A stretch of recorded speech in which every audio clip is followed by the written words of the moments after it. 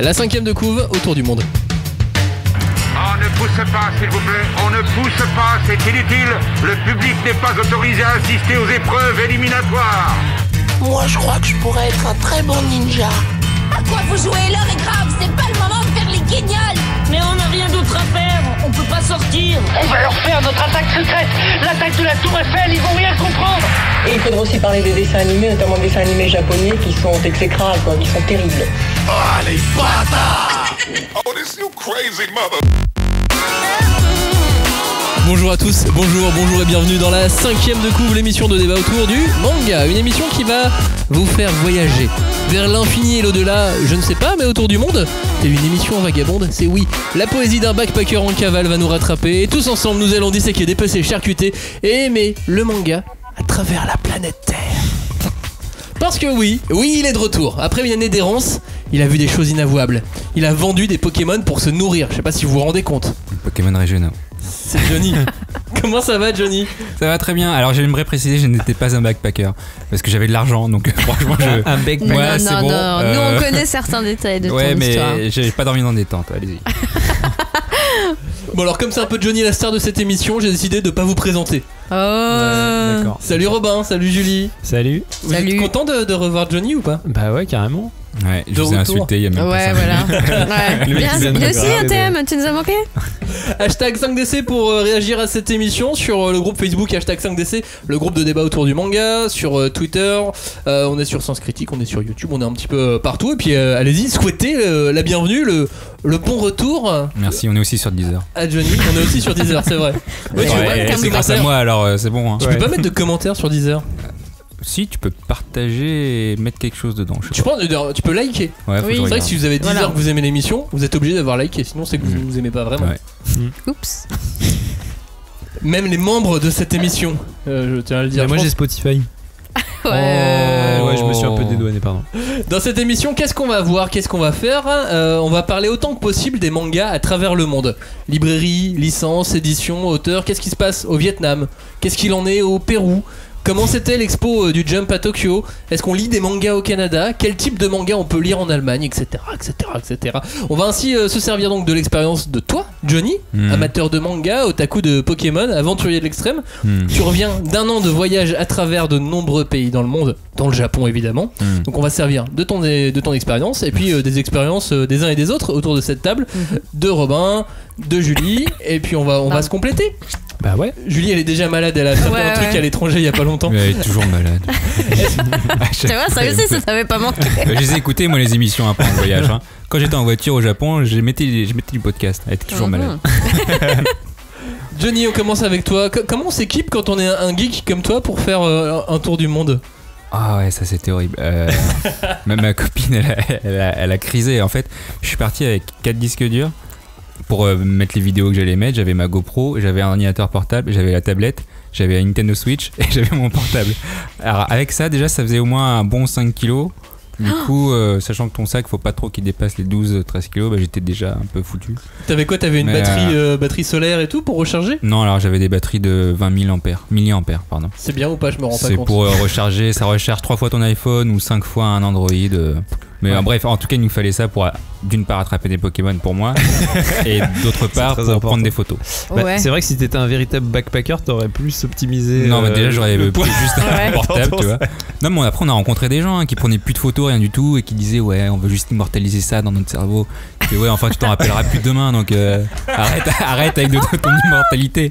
Non, mais c'était des Allemands, mais ils étaient sympas, mais en vrai, faut prendre des photos, sinon tu te souviens pas, surtout quand tu fais 11 pays. Enfin, il y a un moment. Voilà. Tu mélanges les pays. Ouais. Déjà, ça, je me rappelle le plus. Laos ou le Cambodge. Surtout quand t'es Thaïlande comme moi, je Laos. Non, là, tu sais. Là, je pense que la minute Michel Leb, ça y est. Ouais. Mais on a évacué cette partie-là. T'étais en train de dire quoi? Je disais que non, à un moment, faut prendre des photos, sinon on fait trop de trucs, on va trop vite, et on se souvient plus. C'est trop facile maintenant de prendre des photos. T'en prends 12 alors qu'avant t'en faisais une, tu vois. Ah oui, mais le problème, c'est pas de les prendre, c'est d'après de les garder quelque part. De les stocker pendant un an. T'as pas un cloud? Ah bah si, j'avais le Google Drive du coup. Du coup ça c'était pratique. T'as rempli au moins 15 gigas du coup. Ouais, j'avais 3000 photos par mois. T'avais pris de la lecture ou pas du tout en numérique? J'avais pris 350 livres dans ma liseuse numérique. Ah j'ai oublié la liseuse, c'est vrai. J'avais oublié que j'avais la liseuse. Mais j'en ai lu que 10. Ouais. Comme quoi. Par contre, j'ai lu toute l'attaque des Titans. Hein. Ça j'ai tout rattrapé. Là, c'était bon. Oui, mais je sais qu'à un moment donné, j'ai voulu t'envoyer des épreuves aussi en PDF, puisque nous on a accès à des épreuves en avance sur les mangas. Des fichiers. Des fichiers pour la presse. Donc j'ai essayé de t'en envoyer à des moments. Je sais pas si t'en as vraiment lu. Bah, non, je les ai pas lus parce que tu me les as envoyés sur le drive et que ça me prenait de la place sur mon portable et que j'avais pas de place pour les photos, alors je les ai supprimés. Ok, c'est très compliqué. Voilà, désolé. Le début de ton périple, Joe, ça a commencé par l'Asie. J'ai commencé par l'Asie. La Thaïlande. Bon, en gros, je suis pratiquement resté tout le temps en Asie. Hein. Ouais. Hein. Nous, on nous avait vendu du rêve et tout. Ouais, moi aussi, je m'étais vendu du rêve. Et puis finalement, c'était tout. Parce Asie, Amérique. Ouais, non, parce que en fait, quand il y a trop de pays, enfin, c'est trop crevant, quoi. L'Asie, tu vois, c'était bien, on est resté, ça nous faisait plaisir. On a commencé par la Thaïlande. On n'a pas eu trop de trucs de manga au début. On est juste tombé vers la fin dans un festival gamer cosplay. Mais genre, totalement par hasard, à côté d'un KFC, t'avais un petit truc avec du gros boom boom et plein d'ordinateurs. Et là, tout d'un coup, il y avait du cosplay avec en affiche des gens plus ou moins connus, des Thaïlandaises en tout cas, a priori. Parce qu'il y avait marqué Twitter de machin new, je sais pas quoi. Et non, mais c'était sympa. Il y avait Hatsune Miku, il y avait des trucs comme ça. T'as essayé de prendre des photos avec elle? Ouais, j'en ai pris. Non, alors pas avec elle. Moi, je me prends pas en photo avec elle. Je les prends en scred comme ça. Ah, t'es mignonne. Voilà. Mais non, ça c'est vraiment la seule plus ou moins culture jap qu'on a vue en Thaïlande. Après il y avait un peu des figurines, du street art, des trucs comme ça. Des figurines, ça y en avait. Des figurines Harley, Dr Slump, il y en avait. On a vu beaucoup de street art Totoro, mais pas des trucs cheap, hein, vraiment les mecs ils y vont à fond, c'est des trucs de malade, c'est limite. Mais genre sur quoi? Sur les murs dans la rue, dans la ville et tout ça? Ah oui, sur les murs, sur les plaques d'égout, sur où tu veux quoi. Ouais. Mais je crois que le pire qu'on ait vu, c'est dans un temple vers la fin, avant la frontière avec le Cambodge. On a vu le temple blanc qui est fait par un artiste, je sais pas, il doit avoir un truc dans sa tête. C'est un truc connu, le temple blanc? Ouais, bah, ça s'appelle le temple blanc à Chiang Rai. Non, mais il a fait, en fait, on n'a pas le droit de prendre de photos à l'intérieur. Déjà, quand tu vas dans le temple, t'as une sorte de plein de mains qui sortent un peu à la Harry Potter, genre on va t'emporter comme dans les reliques de la mort là. Et tu rentres à l'intérieur. Tu peux pas prendre de photos, c'est interdit, mais t'as une grande tapisserie, c'est super grand, et t'as une grande tapisserie qui montre un peu comment dire la mentalité bouddhique. Enfin, je sais pas ce qu'il a voulu montrer, mais en tout cas, ce qu'il a montré, c'est qu'il y avait énormément de références à la pop culture. Il y avait du Sailor Moon, il y avait du Pikachu, il y avait du Ben 10, il y avait du Predator. Le mec, il a tout mis, il a mis tout ce qu'il pouvait de pop culture, avec un fond rouge, avec un fond avec des flammes, etc. Genre, il y a des pieuvres et tout. Et derrière, en face de tout ça, il y avait un Bouddha qui genre illuminait et qui était censé purifier tout ça.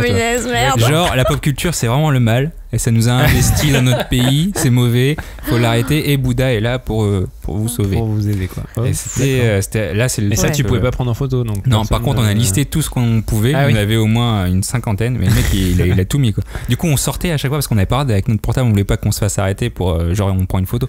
Du coup on regardait, hop on ressortait, on écrivait sur le portable, ouais il y a ça, on revenait. Vous êtes vraiment des psychopathes. Non, c'était marrant. Le carnet ça marche bien aussi. Les crayons tout ça. Oh, c'est lourd le papier. Ouais, on aurait pu faire ça. Ça c'était pour la Thaïlande. Ensuite vous avez fait quoi? Cambodge? Après on a fait le Cambodge. Bon là c'est pareil, c'est beaucoup de licences. On a vu des chapeaux de paille Doraemon qui devaient pas être très licenciés. Mais en fait quand tu vas là-bas tu sais que c'est pas licencié parce que c'est moche. C'est vraiment. Bah, après il y a des trucs licenciés qui sont moches. Tu veux dire comme nos fêtes foraines en France? Ouais, un peu. Voilà. C'est les contrefaçons que tu vas trouver. C'est exactement ça. Après Cambodge, bah je pense que c'est comme dans tous les pays d'Asie, il y a beaucoup de licences, il y a beaucoup de Pokémon. Par contre on a fait un truc, on a fait le temple au Cambodge, le temple d'Angkor. Et dedans, il y avait le temple qui a servi pour Tomb Raider, le film, le temple de la vie, je sais plus quoi, avec Angelina Jolie. Et du coup, c'était fun. Mais il n'y avait pas Angelina. Il n'y avait pas Angelina. Par contre, il y avait un gros truc tout détruit. Et il y a marqué on ne passe pas à la zone en travaux. Je me suis dit, est-ce que c'est à cause du film? Ils ont tué un pauvre petit temple pour ça? Mais non. Je pense qu'on en a entendu un minimum parler. Et en voyage, du coup, comment tu rythmais tes soirées? Tu matais des animés, des films le soir? T'avais quoi? T'avais Netflix? Ah non, t'es malade. Tu jouais aux jeux vidéo? Tu jouais sur ta Switch? Ah non, t'es fou. Tu dors, non? Ah non, t'es fou. On faisait 20 km par jour. T'arrives, tu dors, quoi. Je sais même pas si on mangeait le soir, tellement on était crevés. Mais non, mais généralement, ça dépendait, mais parfois on bouffait vers 18, 19, 20. Et puis parfois on regardait des séries Netflix. Après, il y a vraiment tout sur Netflix. Déjà que le temps que tu trouves ta série, en fait, tu dors parce que t'as mis 1 heure à savoir ce que tu voulais voir. Oui, ça c'est le principe de tout le monde sur Netflix. Oui, t'en peux plus. Tu mets 1 heure à paramétrer ce que tu vas regarder plus tard, mais du coup. Non, mais du coup, tu regardes un truc au hasard et c'est un truc de merde, mais tu fais bon, c'est pas grave. Mais non, on n'a pas trop regardé. On a surtout lu, je pense, parce que c'était comme on était fatigué, on marchait vraiment beaucoup et puis surtout en Asie, il faisait chaud. Alors quand il fait chaud, oui, t'es crevé. Voilà, et donc t'as pas sorti la Switch au final? Si, j'ai sorti la Switch au début. J'ai commencé. En fait, j'ai commencé la Switch avec quoi? C'était pas Zelda, je sais que c'était au Vietnam, du coup je sais que c'était pas ça. Ah, c'était Xenoblade, voilà. J'ai sorti la Switch avec Xenoblade 2, j'ai dû faire 110 heures, après je me suis arrêté. Et donc il avait pas le temps, il a juste fait 110 heures. Après, mais non, mais 110 heures réparties sur 2 mois. Ouais. Après, ma chère et tendre était malade au Vietnam, et du coup là j'ai joué à Zelda. Au début, tu vois, en fait, j'ai pris une application pour avoir le temps de jeu. Et au début, tu vois, j'ai découvert Zelda, c'était 30 minutes. Le lendemain, c'était 7 heures. Après, 7 heures. Après, ma copine était malade, mais genre bien malade. Elle est restée au lit toute la journée. J'ai fait 12h30. Oh là là. Oui, t'as passé la journée dessus, quoi. Ah bah, c'était bien. C'était la bonne excuse. Je suis même pas allé aux toilettes. Tu pouvais y aller, c'était une Switch. Ouais, mais non, avec la Switch, non, j'avoue, c'était bien. Après, t'as fait quoi? Le Laos? Ah, le Laos, ouais, alors Laos c'était sympa parce que c'était. Et encore, il n'y a pas trop de gens au niveau tourisme, du coup, il y en a quand même un peu parce que ça commence à se diversifier. Mais il y a beaucoup moins de gens qu'au Cambodge et qu'en Thaïlande, du coup, on a pris une moto, on a fait plein de trucs, etc.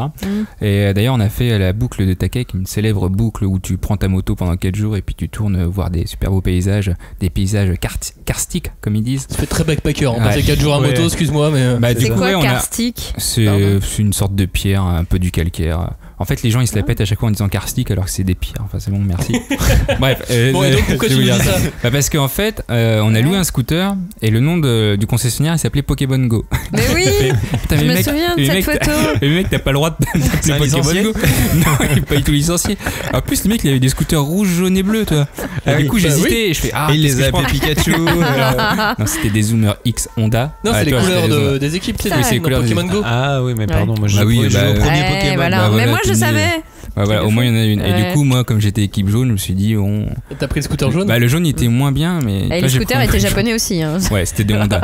Mais non, mais même derrière le casque, t'avais un autocollant avec l'anime de Pokémon. Ouais. Bah, il a trouvé son concept en même temps.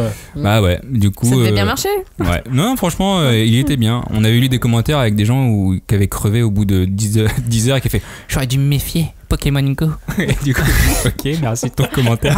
Ça voulait rien dire. Faut toujours se méfier des commentaires sur Google. Ouais. Surtout si ça parle de Pokémon. Ouais, après au Laos, on a vu des vélos de Doraemon. Enfin, pas de librairie, toujours pas? Non, on n'a pas fait trop de librairie. Des fêtes, des trucs. On a vu des cosplayers. On a vu des fêtes foraines dans des grandes villes. On avait une fête foraine avec un gros château gonflable Pikachu, mais genre. Et moche comme chez nous. Et bah il s'est fait taper, on dirait. Enfin il s'est fait. On dirait qu'il s'est fait. Il a pris un cocard, c'est ça? Non mais c'est ça. Ouais. Voilà, parce que t'avais une oreille qui était cassée là, pas comme bien ça. Gonflé, quoi. Puis les joues étaient pas symétriques, tu vois. Mais non, franchement pas trop de librairie. Bon, au final, sur ces 3 pays là. T'auras vu que de la licence, pas vraiment de manga. Ouais, on a vu beaucoup de licences. Je crois d'ailleurs même qu'au Laos, j'ai vu une femme avec un t-shirt Slam Dunk, mais vraiment. Mais alors, ça fera plaisir à Cagnard. Franchement, elle avait 50 ans ou 55 ans. Et quand j'ai vu ça son fera t-shirt, plaisir à Cagnard, ça. Je l'ai arrêté. Je fais attendez, je prends une photo. Elle était comme ça. Ah oui, vous voyez pas la tête, mais elle était genre ébahie, genre pourquoi tu prends en photo? Bah ils aiment peut-être pas qu'on les prenne en photo. Non, mais c'était peut-être son fils qui lui a ouvert ce t-shirt, mais c'était marrant. Ouais, pas trop, surtout des licences, pas trop de mangas. Même si j'avais vu un peu dans les marchés, il y a beaucoup de marchés asiatiques où on doit n'importe quoi. Parfois il y avait des mangas, mais c'était pas.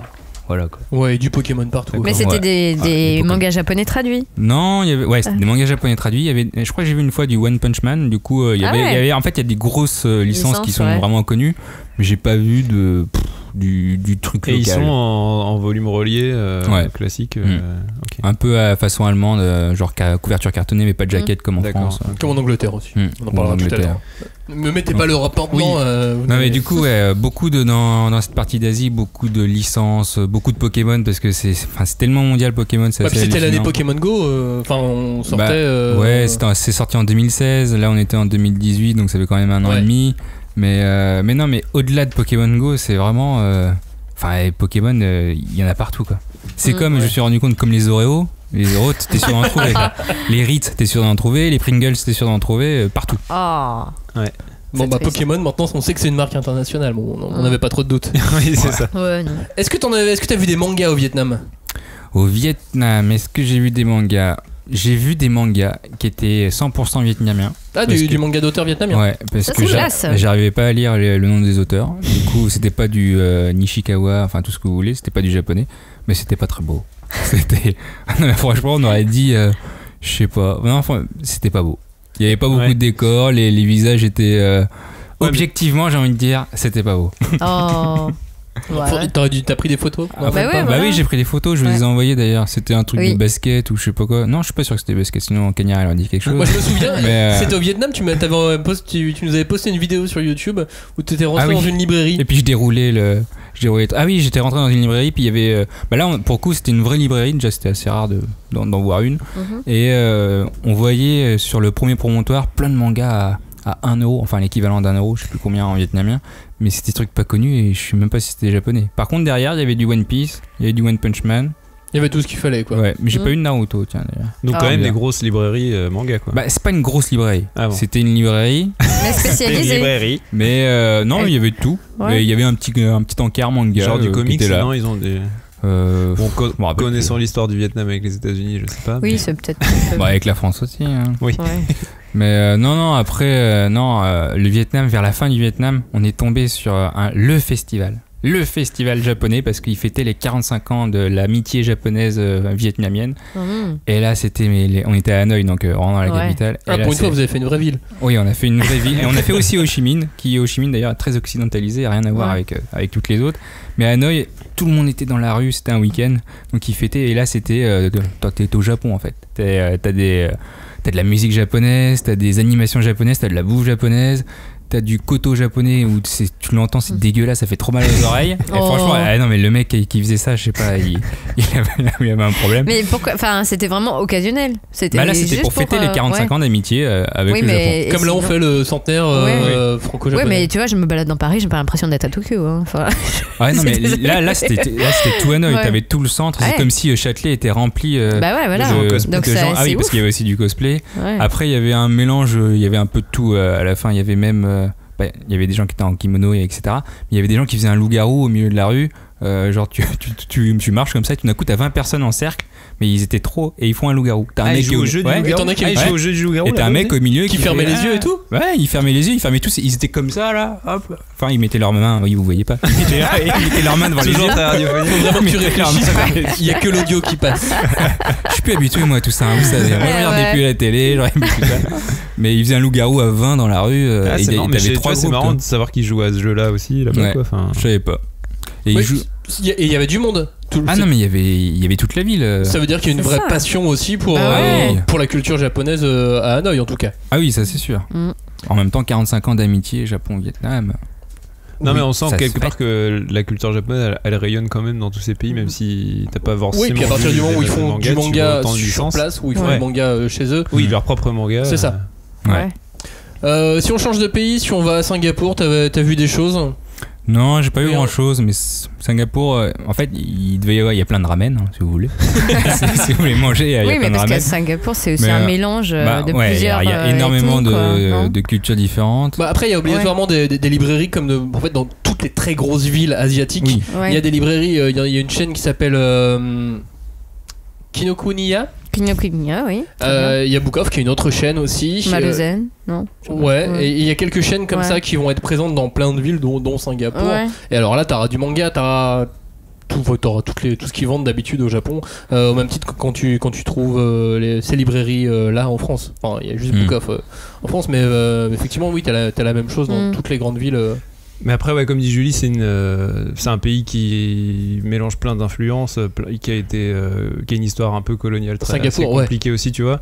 Moi, je sais que ça me rappelle un bouquin, enfin, moi, Singapour et la bande dessinée, ça me rappelle Charlie Chan, un bouquin qui est sorti chez Urban Comics, qui est la biographie fictive d'un auteur de BD singapourien et qui raconte en même temps l'histoire de Singapour et l'histoire de la bande dessinée de Singapour. C'est hyper intéressant si vous connaissez pas. Tu nous posteras le lien sur les réseaux sociaux. Je vous enverrai le lien, parce que c'est un super bouquin et ça permet un peu de découvrir aussi ce pays à travers son histoire de la BD que évidemment personne connaît. Quoi. Putain, ça me rappelle qu'on a rencontré un Singapourien. Mais les mecs, c'était un ouf, ils parlaient 7 langues. Ouais, bah oui, c'est ça, c'est un pays qui mélange. Mais je crois que c'est normal, non ? Non, mais ils parlaient 7 langues en couramment, toi. Ouais, non, genre, on était sur un bateau pour aller au Japon. Déjà, le mec, il parlait japonais, je pensais qu'il était japonais. Puis il vient me voir, il fait ah, vous venez d'où ? Enfin, en anglais. Ouais, come from. Et je lui fais bah. Bien. We come from France, you know. Oh, je parle un peu français. Tu fais. Mais tu parlais le japonais là, puis tu m'as parlé anglais et maintenant tu parles français. Oui, je parle aussi coréen et chinois. Ok. D'accord. Tout ça pour nous dire que t'étais allé au Japon. Ensuite, aussi. La terre sacrée, la terre sainte. Ça sent que je suis allé 4 fois déjà, mais c'est pas grave. On y retourne. T'es resté combien de temps ? Alors cette fois-ci, j'y suis resté 1 mois et demi. Oh. Alors on a fait un classique, une semaine Tokyo, une semaine Osaka, une semaine Fukuoka. Bon, ça, on l'avait plus ou moins fait avant. Mais après, on est parti en voiture dans toute l'île de Kyushu, plus des petites îles d'à côté. Ça, c'est sympa. Et bah, après, le Japon, c'est le Japon. Il y a des mangas partout, peu importe où vous allez, peu importe si vous achetez une pauvre bouteille d'alcool ou un pauvre tube de dentifrice, vous aurez. Au moment où on y était, il y avait la pub de Hokuto Nuken qui se lavait et qui avait un shampoing spécial. Et du coup, tu voyais la pub où le mec il faisait genre il te fait une prise de karaté, etc. Mais en fait, non, il se lave et il se frotte le corps. Et il est déjà mort. Merde. Il est déjà propre. Mais il ne le sait pas encore. Il ne le sait pas. Non, aujourd'hui j'ai vu une pub japonaise pour de la lessive avec l'attaque des Titans. Oh putain. Pourquoi pas ? Avec notamment Levi déguisé en femme de ménage. Ah bah de ménage, oui, comme la figurine, comme la petite naine Noroid et comme lui dans le manga. L'Expo Jump, c'était bien. Ouais, alors du coup, à la base, on devait pas revenir à Tokyo. Mais l'Expo Jump, c'était en juillet. Du coup, ah non, mais on l'a fait 2 fois en plus. Ah non, on a fait la deuxième partie et la troisième partie. Commence pas à nous emmêler. Est-ce que c'était bien oui ou non ? Qu'est-ce que t'as vu ? Alors, est-ce que ça valait le coup ? La deuxième partie qui était pas trop mes années, c'était les années avant les années 2000. Donc, mais en fait, oui, il faut que tu expliques qu'il y avait 3 parties. Il y avait 3 parties. Il y avait les parties avant les années 80. Les parties années 80-2000 et les parties après 2000. D'accord. Concrètement, celle que nous on connaît le plus, c'est celle de 2000 avec Naruto, etc. Même si 80-2000 on connaît beaucoup, il y a Hunter x Hunter, il y a Dragon Ball, etc. Mais nous on en connaît quoi, peut-être, je sais pas moi, 20% de tout ce qui est sorti. Alors que les années 2000, quand nous on allait à l'expo, on connaissait tout. On connaissait des Greyman, on connaissait. Enfin, il y avait tout. Et la première était bien. Il y a eu Dragon Ball, donc forcément tu vois des planches en vrai, c'est cool. Mais par contre la deuxième, c'était un truc de fou. Moi, ça m'a marqué les planches de Bleach, mais c'est vraiment, tu les vois en vrai. Et je sais pas, il y a un truc, tu ressens quelque chose quand tu regardes le dessin. Bah c'est de l'or. Et franchement, je pensais pas, parce que pour moi des planches de manga, c'est des planches de manga. Enfin, je m'en fous quoi, je les lis, j'achète d'Europro, ok, voilà, c'est beau. Mais quand tu vois en vrai le truc de Bleach, c'est vachement Naruto c'était un peu moins, mais c'est un peu pareil. Tu vois, j'ai pas eu la même chose pour Dragon Ball. Dragon Ball, j'ai regardé, j'ai fait ouais, ok, ton Super Saiyan niveau 3, c'est cool, t'as fait des beaux cheveux, toi. Mais Bleach, il avait un truc de malade. Ah, j'avoue. J'ai récupéré récemment des reproductions de ces planches sur Dr. Slump. C'est un truc de malade quand même. Hein. C'est des planches couleurs, des repros de planches couleurs. Ouais, c'est vrai qu'il y a une maîtrise dans le trait et tout quand tu regardes les. Ah ouais, c'est clair que lui, pour l'époque, les contours, la rondeur et tout, enfin, c'est assez dingue quoi de voir ça. C'est comme quand tu vois des planches de Peyo, enfin moi ça me rend fou aussi. Mais il fallait que tu la mais oui, il faut que je parle de Peyo toujours. Non mais ce qui est marrant aussi sur Dragon Ball, c'est quand tu regardes dans le magazine à l'époque dans lequel il était publié, le style de Dragon Ball par rapport au style des autres mangas, tu te souviens de ce que t'as pu voir à l'expo. Il avait déjà 10 ans d'avance en fait. Mais moi ce qui m'étonne toujours chez Toriyama, c'est la précision, tu vois. On dirait qu'il fait le truc d'un seul geste. Alors que Bleach, moi je me souviens avoir vu des originaux, tu voyais bien les petites traces de blanc, il avait gratté. C'est ça qui est vachement intéressant dans les originaux, c'est de voir aussi tout le processus créatif, quoi. C'est qu'il y a les ratés, il y a les retouches, il y a. Est-ce que tu vois pas trop chez Toriyama ? T'as toujours l'impression que il a pondu le truc, tu vois, c'est tout rond, tout beau, tu veux genre. Mais d'où l'intérêt d'aller dans les expositions où on voit des planches, où on voit des originaux. Angoulême cette année, il va y avoir une exposition sur Taiyo Matsumoto. Yes. Et Tsutomu Nihei. Ouais. Oui. Et je pense que ça peut bien envoyer. J'ose espérer qu'il va y avoir des originaux et qu'on va pouvoir. C'est vrai qu'on n'a pas encore vraiment la teneur des expos, mais oui. Non, bon. Après Tsutomu, on sait qu'il utilise sa règle, il était architecte, du coup. Lui, c'est bien, t'as écouté nos. Ah non, pas du tout. Moi, j'ai fait une étude dessus. Une thèse. C'est vrai, ta thèse à la fac, évidemment. J'étais stagiaire chez Gamer. Voilà. Donc, si vous voulez entendre parler de Nihei, repartez sur nos 2 émissions précédentes qui sont sur la SF. En dehors de Tokyo, tous les Japonais sont fans de manga. Moi je pensais, mais on a fait un séjour chez l'habitant dans une île pas loin de Nagasaki. Les mecs ils étaient assez jeunes quand même, ils avaient 35-45 ans. Et les mangas qu'on leur sortait, ils connaissaient pas forcément, tu vois. Alors que nous, du genre, toi quand je disais Fairy Tail, les mecs ils connaissaient. Mais ils l'avaient jamais vu, ils savaient juste que ça existait parce que ça passait à la télé. Mais dès que tu mettais un truc qui passait pas à la télé, je sais pas moi, genre nous en France, les gens ils connaissent Bright Stories par exemple. Oui. Les amateurs de manga. Oui, pas le grand public. Ouais, mais il a gagné Angoulême, donc si le grand public le connaît. Mais après certains grands publics, j'entends. Oui. Mais je sais pas moi, un truc qui marche bien ici. Tokyo Ghoul. Non, Tokyo Ghoul ça c'est connu là-bas aussi. Dr Stone. Non mais si, Tokyo Ghoul c'est vrai qu'ils connaissaient pas. Dr Stone non plus. Parce que Dr Stone c'est pour les enfants, enfin. Après je sais pas, j'ai l'impression qu'ils sont restés ancrés dans une époque, genre Nodame Cantabile ils connaissaient, mais Nodame Cantabile il y a eu un drama, il y a eu un anime, etc. Et puis c'était surtout un best-seller au Japon, Nodame Cantabile. C'était un best-seller au Japon. Du coup on est tombé chez des personnes qui connaissaient du manga mais pas trop, tu vois. Alors pourtant le manga et la culture elle est partout quoi. Les gens connaissent, et t'as l'impression que tout le monde lit des mangas. Pour moi quand tu vas au Japon tout le monde lit des mangas. Tu vas dans le métro à Tokyo en tout cas, t'as toujours un mec qui lit des mangas, etc. Et n'importe quel âge, c'est un peu l'image d'Épinal, mais c'est parce qu'on pense à Tokyo quoi, on pense pas forcément juste et du coup je pense que les gens qui sont en dehors de Tokyo, en dehors des grandes villes, lisaient du manga plus forcément aujourd'hui, et si j'en lise aujourd'hui c'est des trucs un peu vieux, tu vois. Mais c'est un truc générationnel en fait. C'est que moi je me souviens avoir vu des discussions de personnes qui disaient qui reconnaissaient leurs promos, tu vois, d'école ou de fac en fonction de ce qu'ils regardaient à la télé à un instant T. C'est-à-dire moi aussi quand j'étais petit, avant d'aller à l'école, je regardais ça. Mais non, moi c'est mon frère qui regardait ça, tu vois. Donc ils se rendaient compte qu'ils étaient pas. C'est un truc de fou quoi. Ça on le fait aussi en France. Ouais. Oui, mais je pense que du coup, eux c'est la culture manga. Tu vois, si on globalise. De l'extérieur, on a aussi l'impression que, quand ne serait-ce qu'en regardant les ventes d'un tome de Hunter x Hunter, c'est 500-600 000 dans le premier mois. La première semaine. Oui. Nous, maintenant, c'est plutôt le premier mois, mais oui. On touche pas ces niveaux-là. On est loin. On n'a pas la même population. On n'a pas le même nombre. Ils sont 135. Ils sont le double. Mais oui, évidemment. Ils sont le triple. Mais voilà. Tu crois qu'il est distribué dans les maisons de retraite? Non, mais ce serait génial. Après, je sais qu'à Kyushu, on a fait une île par hasard. On a fait les îles de Goto. C'est 5 îles. Et en fait, on s'est rendu compte après que c'est l'île de Barakamon. Toi, nous, c'est un titre sorti chez Kiun, un mec qui fait de la calligraphie, et en fait il habite sur les îles de Goto. Vous l'avez rencontré lui? Sur Fukui, je crois. Non, par contre, tu sais que c'est l'île du manga parce que quand t'arrives, il y en a partout. Tu vois partout. Il y a la fiche. C'est Barakamon. Du coup, tu crois que ça ressemble à Barakamon quand même. Locale. Ouais, on connaît Barakamon. T'as des photos de ça? Ouais, j'ai des photos. Tu pourras les poster? Ouais, je vous posterai les photos. Chouette. Quand bientôt on fera aussi un live vidéo où on les aura directement. Ça on en parlera une fois suivante. Parle-nous de la Corée plutôt. Oui, parce après que le Japon, la Corée. On a fait le Japon et après on a fait la Corée. La Corée, c'est assez spécial parce qu'une fois qu'on a connu les Japonais très respectueux, on arrive en Corée. Une fois qu'on a connu les Japonais, on arrive en Corée et là il y a des gens qui hèlent pour les taxis. Taxi. Alors qu'au Japon, t'as pas ça. C'est toi, si tu veux un taxi, tu sors, tu vas dire bonjour.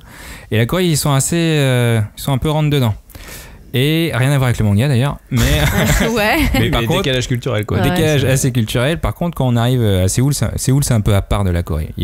C'est très technologique, très propre, etc. Et tous les gens que j'ai vus, tous ceux qui étaient dans le métro, tous ceux qui étaient dans la rue, ils lisaient sur leur portable. Quand je dis ils lisaient, c'est des BD ou des webtoons. Ils appellent des webtoons, c'est vraiment leur culture. Comme sur Dailytoon, merci. Oui, le site français. C'est ça.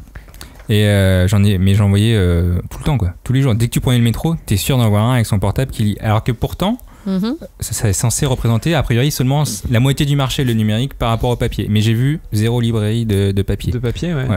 je crois que c'est eux, chez eux, c'est un peu l'inverse, non? En fait, ils ont du manga japonais, mais ils ont sinon des webtoons. Ah, ils ont beaucoup des webtoons qui marchent en numérique deviennent des livres, si j'ai bien. Enfin, c'est plutôt parfois ils sortent les deux en même temps. Parfois il y a le webtoon qui sort en numérique et bim, en même temps t'as exactement le papier. Okay. Pourtant, en même temps, ça s'appelle webtoon, donc c'est à la base fait pour quelque chose de numérique. C'est même adapté la lecture. Par contre, quand on regarde la lecture, je regardais le mec, en fait, il arrête pas de défiler. C'est juste un truc que tu défiles. Ça se scrolle comme un blog. C'est du scrolling, mais super long. Et après, c'est adapté pour. Et le mec, il lisait ça rapidement. Mais par contre, de voir zéro papier, que ce soit dans les trucs généralistes ou dans les trucs. Pourtant, on a fait des petites rues, on s'est aventuré, etc. On n'a pas vu. Il n'y a pas de journaux? J'ai pas eu de journaux. Non, je pense que en fait, la presse, je crois que là-bas ils ont un espèce de un opérateur, enfin c'est l'équivalent d'Yahoo là-bas, qui s'appelle Daum ou un truc comme ça, qui est plus puissant, que Google en fait, genre les gens vont plus là-dessus que sur Google, et c'est là-dessus que t'as les actus, t'as les comme au Japon, Yahoo est plus puissant que Google quoi. Et donc à mon avis ils lisent leur presse là-dessus en fait, enfin sur ce genre de support quoi, j'imagine. Et alors si on sort du voyage de Johnny, toi Robin, t'es déjà allé dans d'autres pays en Asie? En Asie, je suis allé en Mongolie. Alors, t'as vu des mangas en Mongolie? J'ai pas vu trop de mangas. Enfin, j'ai visité une seule librairie et il y avait beaucoup de guides sur la Mongolie et l'histoire de la Mongolie. Il y avait un Tintin au Tibet traduit en mongol. Mais j'ai pas vu trop de mangas. Au moins c'est local. Mais j'ai pas vu trop de mangas. Après j'y étais il y a 6-7 ans, donc je sais que le pays bouge beaucoup. Puis comme il y a par exemple Bright Stories qui s'inspire beaucoup de la route de la soie, de l'imagerie mongole et des nomades, c'est pas plus, je me dis que peut-être que c'est Asie mineure, moi je pense. C'est Kazakhstan, enfin en fait c'est les civilisations nomades quoi.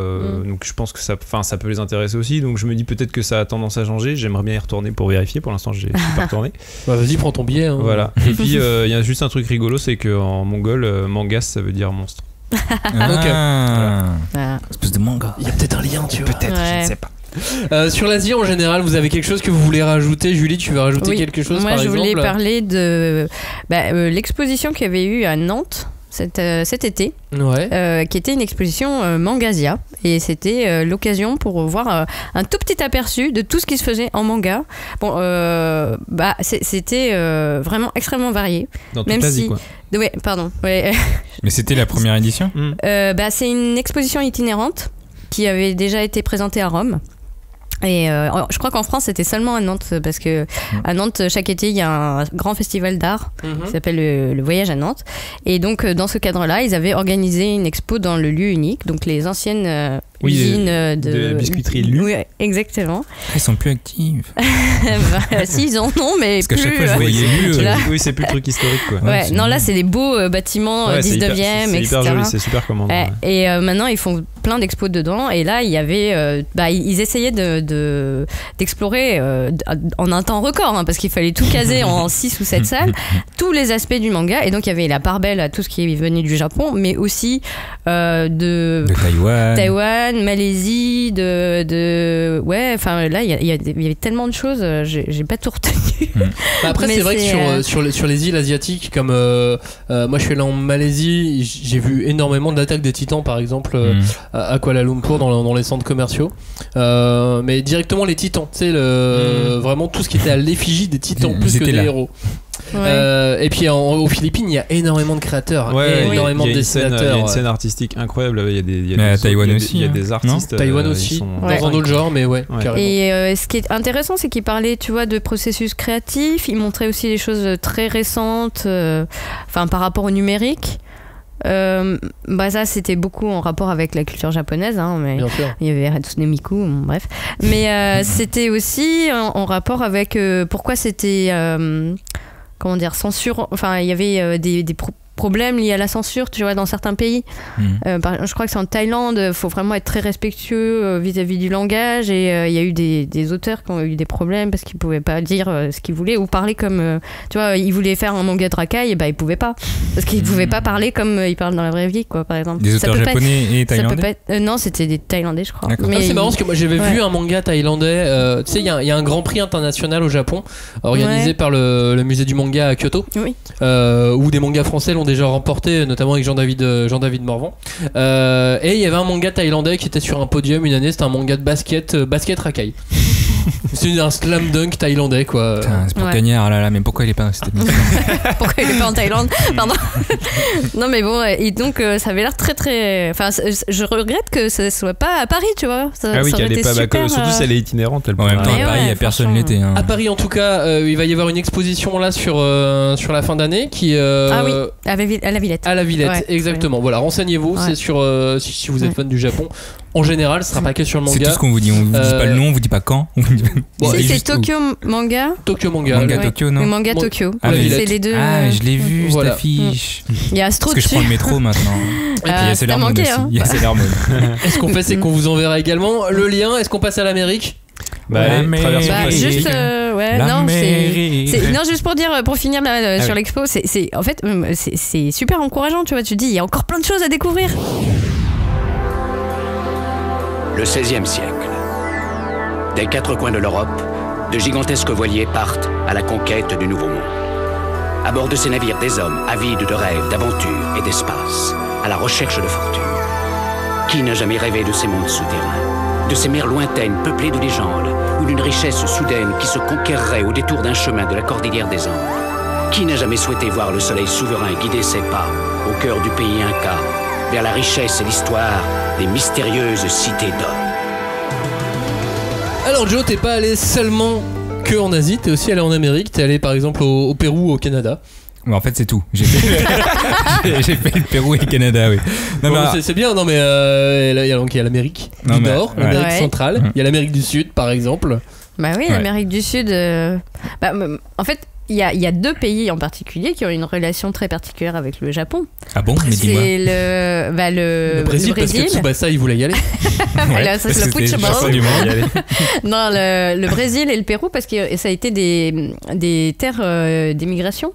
Au 19e et au 20e siècle. Donc t'as beaucoup de personnes qui descendent de japonais et qui des fois retournent au Japon alors que ils ont un arrière-grand-père pour découvrir la culture de leurs ancêtres. Du coup je comprends mieux parce que en fait au Pérou on a vu énormément de culture un peu, on a vu beaucoup de festivals dans beaucoup de villes différentes, mais vraiment plus que la normale, plus qu'en Thaïlande, au Cambodge ou au Vietnam quoi.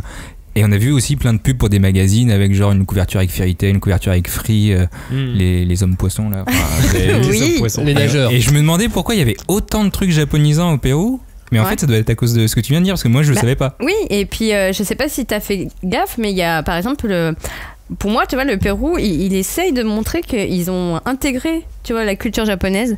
Parce qu'il y a, par exemple, l'avènement de la cuisine fusion. Ouais, franchement. Qu'ils appellent le style Nikkei. Ouais. J'en ai vu à Paris. Oui, et ça s'exporte maintenant. Il y a des restos péruviens, japonais, quoi. Oui. Ouais, mais la première fois que j'avais vu ça, je me suis dit, quoi? Oui, mais la bouffe péruvienne en soi est assez spéciale. Tu manges généralement péruvien, mais j'avais pas vu qu'il y avait des trucs japonais. Le ceviche. Oui, c'est péruvien ou pas? C'est péruvien. Oui. C'est pas japonais. Ouais, oui, d'accord. J'avoue, c'est du poisson cru qui est camariné un peu. Oui, c'est vrai. Et qui est parfaitement découpé comme un sashimi, quoi. Après, je vais vous le dire, le Pérou, le plat national, c'est poulet frites. Cherchez pas. Non, je rigole pas. T'es sûr de trouver du poulet frit tout le temps. Et qu'est-ce qu'on mange à Noël au Japon? Du KFC, c'est vrai. On mange du KFC. Putain, il y a une relation. Oh là là, attends, mais le Pérou, ça a été un pays qui a élu un président qui descendait du Japon. Ah bon? Oui, le président Fujimori dans les années 80. 90. Donc, du coup, il y a vraiment une relation très. Moi, je pense. Et Brésil, je sais que c'était un peu un dictateur sur les bords, mais. Vous pouvez pas faire ça au Japon. Ouais, mais c'est un japonais. Et au Brésil, ils étaient très ouverts aux japonais pendant un temps. Aujourd'hui, je sais pas, avec un nouveau président également, on peut avoir des doutes, mais c'était la première terre d'immigration japonaise aussi, le Brésil. C'est la plus grosse communauté japonaise hors du. On sait que le président brésilien, il aime pas Titeuf déjà, mais est-ce que les mangas, il aime bien? On sait pas trop. Ouais, non, je pense pas. J'ai jamais rien vu sur les mangas. Une fois, j'ai vu un manga brésilien, pareil sur ce concours du manga de Kyoto. Pour le coup, ils ont une scène bande dessinée, le Brésil. Une fois, j'ai vu une BD sur Neymar. Oui, ouais. Non, mais c'est plutôt. Il y a des espèces de séries un peu comme les fumetti italiens, c'est des trucs qui durent depuis les années 60 et qui existent toujours. La telenovela version papier. Exactement. Le Kochikame, voilà, c'est ça. Et du coup, pour revenir au Pérou. Non, mais du coup, je comprends mieux maintenant pourquoi je voyais vraiment. Magazine, festival. En fait, Vous y êtes allé ? Non. Parce que en fait, le Pérou, nous, on voulait faire des randonnées. Et les randonnées, c'est à 4000 mètres. Et en fait, à 4000 mètres, tu craches tes poumons, quoi. Oui, c'est sûr. Tu craches tes poumons et quand tu reviens le soir, en fait, t'es foutu, quoi. Est-ce qu'il y a des Pokémon à 4000 mètres de Pokémon Go ? En fait, j'avais pas internet. Du coup, je pouvais faire que. Non, je pouvais. La moche. Alpaga. La moche. Déjà, on a appris ce que c'était la différence entre alpaga, vigogne et lama. Alors vas-y, alpaga et vigogne. Non, mais je m'en rappelle plus. Mais à quoi ça sert de voyager ? Alpaga, tu les élèves pour faire la laine, non ? C'est pas ça ? Non, mais tu les élèves tous pour faire la laine. Ah bon ? Le lama aussi ? La vigogne aussi, le lama aussi. Je propose un truc. Est-ce que t'as ramené tous nos éditeurs ont Wikipédia. Je propose qu'ils l'utilisent pour la différence entre vigogne, alpaga et lama. Sauvages et d'autres non. Et le truc séché là. Le truc séché. La viande. T'as jamais du vu bœuf. Le truc séché. Des fois ils te disent c'est du. Non, c'est du couille. Non, mais il y a un truc qui s'appelle couille. Et c'est en fait c'est le plat pour les touristes, c'est du cochon d'Inde que tu manges. C'est bon. Les pouilles. J'ai pas voulu manger parce que déjà c'est un plat vraiment pour les touristes. C'est pas le plat national pour les gens locaux. Ah non, c'est le poulet frit. Oui, ça c'est le poulet frit. Mais non, mais du coup, je sais pas ce que c'est ton truc séché. À part que ça ressemble à un couille. Je crois qu'ils appellent ça une sorte de porte-bonheur, mais en fait, c'est une espèce de bébé lama séché. Bébé lama séché, super. Est-ce que c'est fumé ? Si c'est fumé, je pense que c'est bon. Mais ça se mange pas, c'est vraiment pour enterrer dans le sol de ta maison avant de la construire dessus, tu vois. Quelque chose comme ça. Putain, mais c'est pas des Indiens là, les Puritains. Bah si. Je propose un truc. On va continuer le périple de. On va continuer le périple de Johnny. On va aller au Canada. Non, alors le Canada c'est compliqué parce que on a vu beaucoup de choses. On a vu une sorte de festival un peu Comic-Con à Halifax en Nouvelle-Écosse. On a vu des librairies vraiment spéciales otaku où il y a marqué d'ailleurs ça s'appelle otaku quelque chose. Est-ce que vous avez vu Tony Valente ? Ah ouais, non, bah j'ai voulu. Dans sa cabane au Canada. Mais il était dans sa villa, tu sais, c'est comme à Hollywood, il est dans sa villa avec ses gardiens, et ses gardiens ils ont pas voulu me laisser. Non, je suis pas sûr. Dans le Malibu québécois, tu sais. Bah, le truc c'est que j'avais oublié s'il habitait soit au Québec, soit à Montréal. Et du coup, je crois qu'il habite au Québec. À Québec. À Québec. Bah, c'est vrai que le Canada, c'est un peu grand comme pays, alors si t'as pas d'adresse. Bah ouais, on est resté particulièrement au Québec, mais du coup, non, on l'a pas trouvé. D'ailleurs, j'ai appris que. On l'a pas trouvé. Bonjour, Tony Valente. Non, c'est pas ici. Tony Valente. Ah non, c'est pas ici. Ils font du porte-à-porte. On aurait pu, ok. On était dans un château à ce moment-là. Les gens sont très gentils à Québec. Non, les gens sont trop gentils. D'ailleurs, j'ai compris pourquoi on se foutait de leur gueule dans tous les films, dans South Park. Non, mais sans déconner, ils sont tous trop gentils. Et j'ai des potes qui vivent là-bas depuis 3 ans. C'était des Français, ils vivent là-bas depuis 3 ans. Ils sont devenus trop gentils. Et ils ont pris l'accent. Et du coup, en fait, j'ai compris comment tu as l'accent en fait. C'est tu souris tout le temps. Et tu les regardes, tu fais. Mais pourquoi vous souriez tout le temps ? Enfin, arrêtez. Et tu dis, est-ce que c'est pour l'accent ? Non, en fait, ils sont juste là, ils sont heureux de vivre. Tu fais putain. Mais ils sont heureux de vivre. Non, mais c'est un truc de fou. Après, alors, est-ce qu'ils sont heureux et est-ce qu'ils lisent des mangas en étant heureux ? Non, ils lisent pas de manga, ils fument de l'air. Ah ouais, on est arrivé au moment où ça a été légalisé à Montréal. Genre ça y est, tout le monde peut y aller, mais du coup il y avait 2 boutiques dans la ville et il y avait une file d'attente énorme et ils étaient en pénurie. Bref, bon, on n'a pas cherché à en avoir, nous, on n'est pas comme ça. Il y a un moment donné où quelqu'un va vouloir revenir et parler de manga dans cette émission. Et du coup, le Québec, Montréal en particulier, mais le Québec, c'est assez compliqué parce qu'ils sont sur 2 langues. Il y a des Anglais, il y a des Français. Du coup, ça veut dire 2 marchés francophones. Il y a 2 marchés. Il y a les éditeurs français et les éditeurs anglophones. Du coup, c'est un peu comment se partager ça. Comment tu te partages ? Parce qu'en gros, nous en France, par exemple, One Piece c'est Glénat, mais aux États-Unis, je sais pas qui c'est, mais c'est quelqu'un d'autre. C'est Viz Media. Du coup, comment tu fais pour être en librairie sur les 2 machins ? Et après, je pense que j'imagine qu'au Québec, ils ont les éditions de Glénat et dans le Canada anglophone, ils ont. Mais je pense que de base, ils sont bilingues. Et c'est sûr que l'anglais prime plus ou moins sur le français. Dis pas ça. Bah du coup pour moi dis pas ça à Québec. Non mais si tu peux le dire au Québec. Nous franchement on était au Québec. À un moment on a fait le New Brunswick. On a parlé français pendant 3 semaines. T'arrives dans le New Brunswick, l'île du Prince-Édouard. Ouais. Et déjà, pas pareil. Je me rappelle ma copine qui va au Subway. Alors je vous passe le fait qu'elle voulait essayer un Subway parce qu'elle n'a jamais fait dans sa vie. Elle était dégoûtée. Mais elle arrive là-bas, elle fait bon alors j'y connais rien donc voilà je voulais prendre un sandwich. Explique-moi comment ça marche. Et là le mec la regarde et fait I don't speak French. At all. Un Acadien ? Ouais, un Acadien. Bah les Acadiens c'est des Français. Bah non. Non alors les Acadiens parlent le Micmac. Oui. Ouais mais c'est parce que les Acadiens et après, les Cajuns en Louisiane, normalement c'est les mêmes racines mais. où tu les comprends pas. Mais pour revenir à du manga, c'est un marché compliqué parce qu'il y a de l'anglophone et du francophone.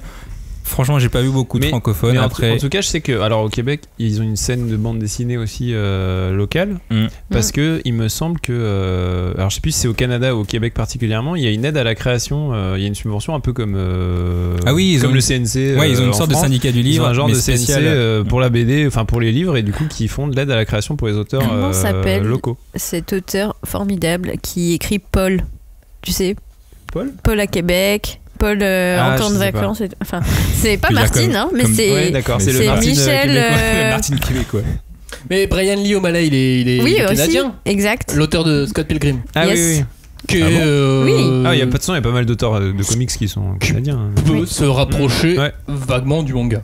Bah lui c'est assez spécial, lui. Il fait du noir et blanc. C'est du comics indé mais noir et blanc. Alors du coup, sur petit format, avec des grands yeux. On n'est pas très loin quand même. Ouais, c'est vrai.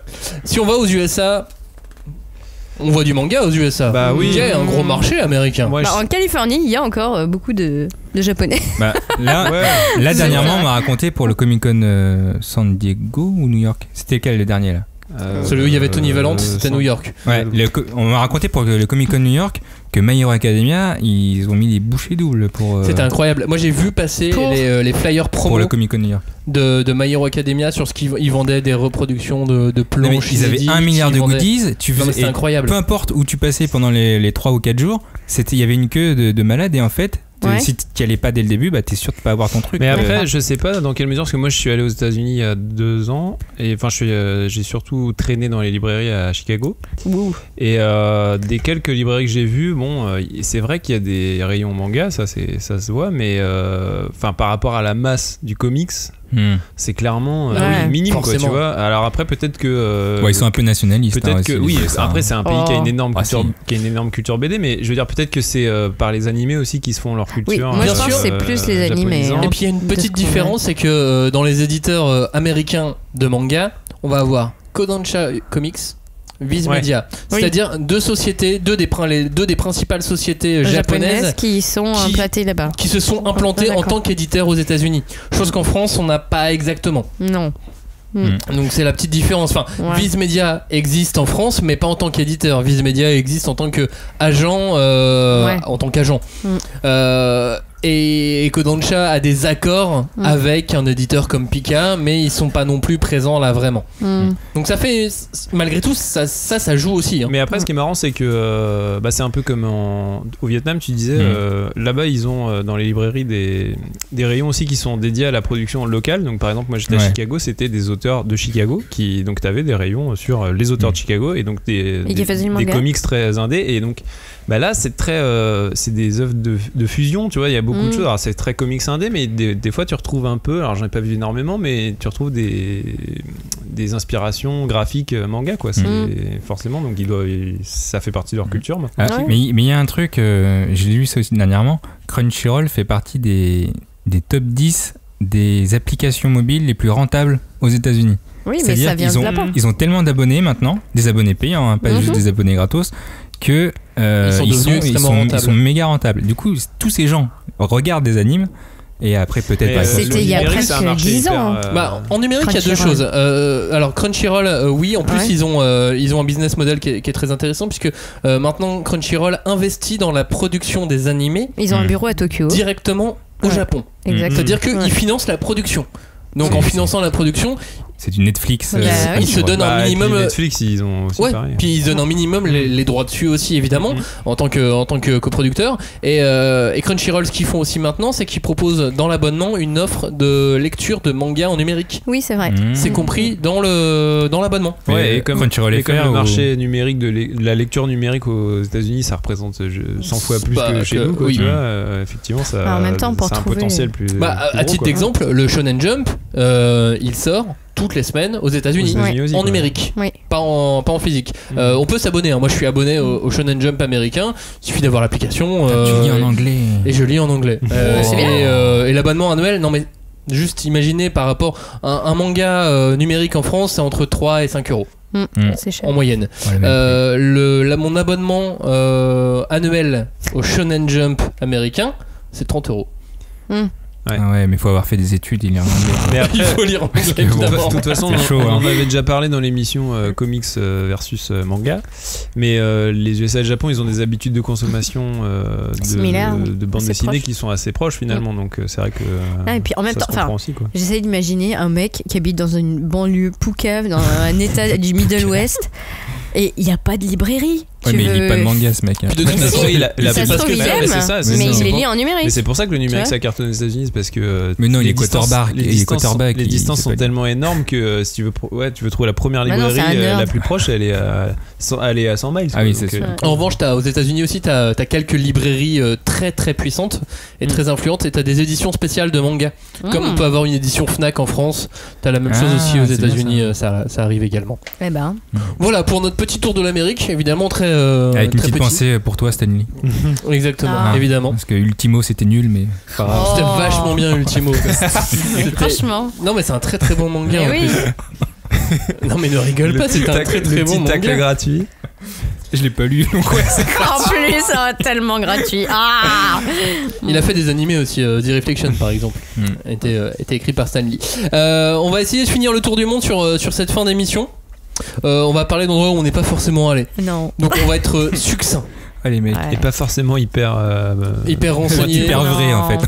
En fait, c'est plus des questions. Tu vois, oui, voilà. Mais non, mais c'est vrai que ça soit sur le continent américain, sur le continent asiatique. Si vous aussi vous avez visité des librairies, si vous avez vu des choses intéressantes, participez. Dites-le nous, on vous le relaiera et ça sera avec plaisir. Si on parle d'Afrique, aucun de nous n'y est jamais allé. Si. Je suis malgache, mais bon, est-ce que vraiment on peut lire moi, je vais souvent au Maroc parce que j'ai un oncle qui vit là-bas. C'est mon oncle du Maroc. Mon unique connaissance de l'Afrique. Je connais pas le reste de l'Afrique. Et alors, il y a des librairies, il y a des mangas. Il y a des librairies, il y a des mangas, mais alors c'est les éditions francophones, quoi. En fait, c'est les Glénat, les Kana et tout ça que tu trouves là-bas. Il y a des communautés de fans de mangas. Il y a même des conventions. Ah ouais. Genre une qui s'appelle Manga Afternoon à Casablanca. Qui rassemble dans les 50 000 visiteurs. Ah ouais, quand même. C'est énorme.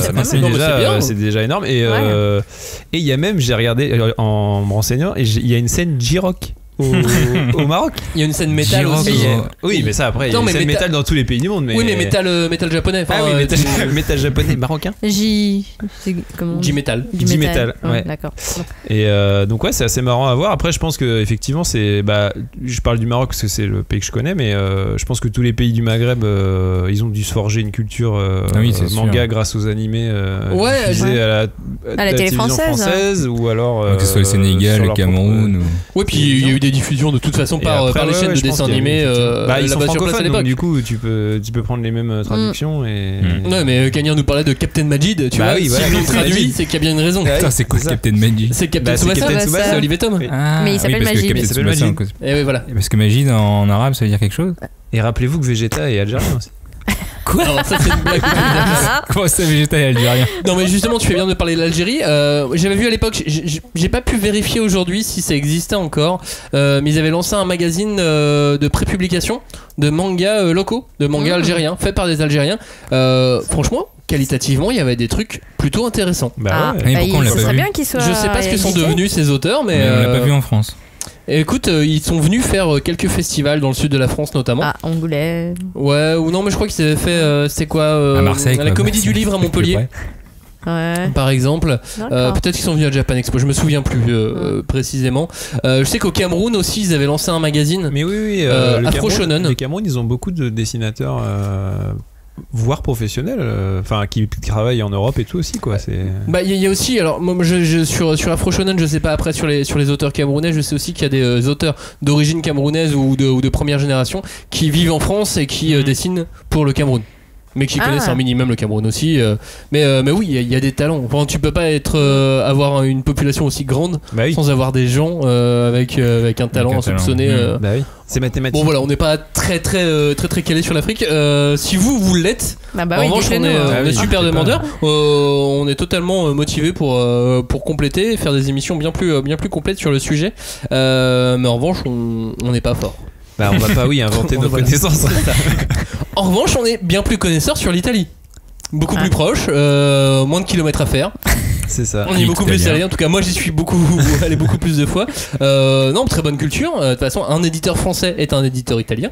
Panini Manga est un éditeur italien, même si c'était quoi Est-ce que vraiment là, oui.